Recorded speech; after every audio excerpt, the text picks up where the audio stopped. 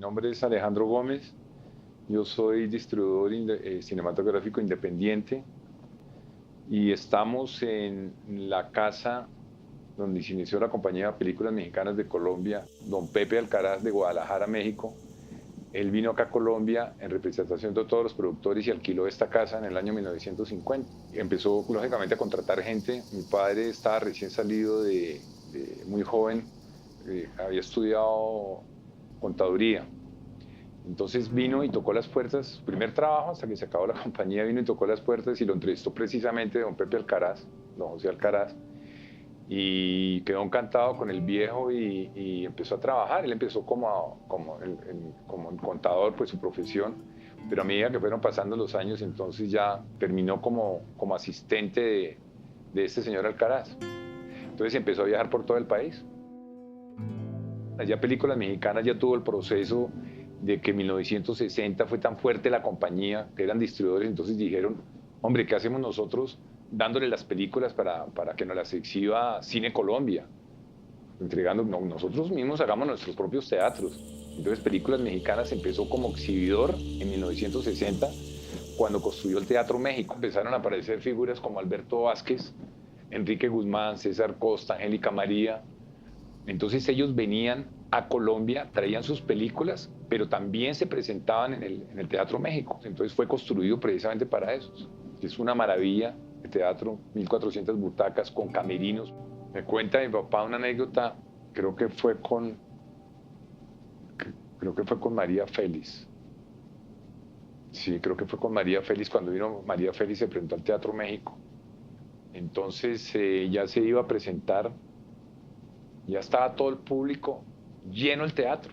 Y a la señora le dio que necesitaba, había en los camerinos un espejo, pero espejo que solamente se veía, contado por mi papá, se veía de la parte medio cuerpo. Entonces la señora dijo, yo me quiero ver de cuerpo completo. Pero señora, pero si ya usted tiene que salir, el teatro está lleno. No, a mí me consiguen un espejo, entonces le tocó conseguirle un espejo por todas esas cuestiones a las 8 de la noche en el centro hasta que se lo consiguieron. Y lo mejor del cuento fue que le trajeron el espejo y cuenta que ni siquiera se miró, sino vainas de ella. Después, como a los 5 años, se construyó el Teatro México de Cali.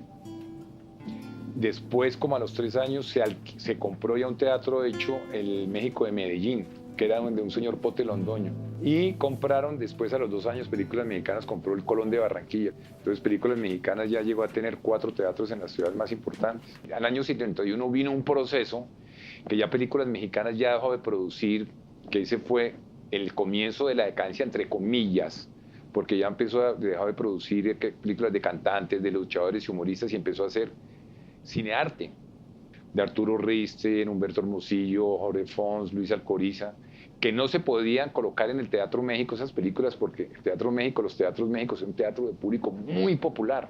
Entonces meter una película por ejemplo, de argumento de Gabriel García Márquez, entonces se construyó el Cinema Azteca precisamente para ese tipo de películas. O joyas que yo considere, bueno, veamos primero que tiene un valor, que son las películas de la época de oro del cine mexicano. Es que hay películas de 1948, 50, de María Félix, de Jorge Negrete, los hermanos Soler, Luis Aguilar, Pedro Infante. Estamos hablando, imagínense el valor que tienen esas películas. Tenemos, porque Películas Mexicanas representó a Fernando Vallejo. Tenemos las 3 películas, las únicas que hizo Fernando Vallejo. Barrio de Campeones, Crónica Roja y En la Tormenta. Él venía mucho a Películas Mexicanas, era amigo del viejo, era una persona, o es una persona muy agradable. Es que acá en esta oficina, Películas Mexicanas, había una sala de ensayos, con más o menos una sala de ensayos con proyector de 35 con unas 20 butacas. ¿Esa sala para qué era? Había que editar precisamente para que de pronto la Junta de Censura, porque una película cuando tiene que pasar a la Junta de Censura para que den la clasificación y la prueben y le den una boleta, mientras tanto no se puede exhibir a nivel Colombia. Entonces obviamente era muy chistoso porque mi papá al lado tenía un timbre, ¿se acuerda, Luchito? Entonces tenía un timbre y cuando había que cortar algo entonces timbraba, tin, tin. Hay una película de Arturo Risten que considero que es la mejor fuera del lugar sin límites, se llama El Castillo de la Pureza. Esa es una anécdota increíble que le pasó a mi papá. Hay una escena muy grotesca del Castillo de la Pureza, que ya sabemos que el Cristo y la pobreza es un señor que vive con sus hijos y que no los deja salir. Pero ese señor era tan curioso que él era, que no dejaba salir a los hijos, sin embargo, él una vez se iba para una casa de prostitución, lo que son, sí, la famosa moral escondida. Entonces hay una escena donde va a una casa de prostitución, pero muy grotesca la escena, porque la mujer la era, pero muy grotesca, gordísima. Entonces es una escena muy grotesca. Entonces, cuando empezaron a ver la película, obviamente se utilizó el timbre. ¡Tic! Entonces le quitó ese pedazo. Pero resulta que cuando le quitó el pedazo, el operador se lo quitó, lo colocó acá el pedazo. Y a él se le olvidó. Como a los 6 meses vino el señor Arturo Ripstein. Y entonces estaba en la oficina de mi papá. Entonces me va a salir una cuestión, entonces el señor de los señores hiperactivos de que camina y coincidencialmente cogió el pedazo de película. Cuando ve el pedazo de la película de él, el señor casi se muere. Entonces pues le tocó explicarle qué se iba a hacer y no comprendía. Me decían, pero es que es quitarle algo de mi película.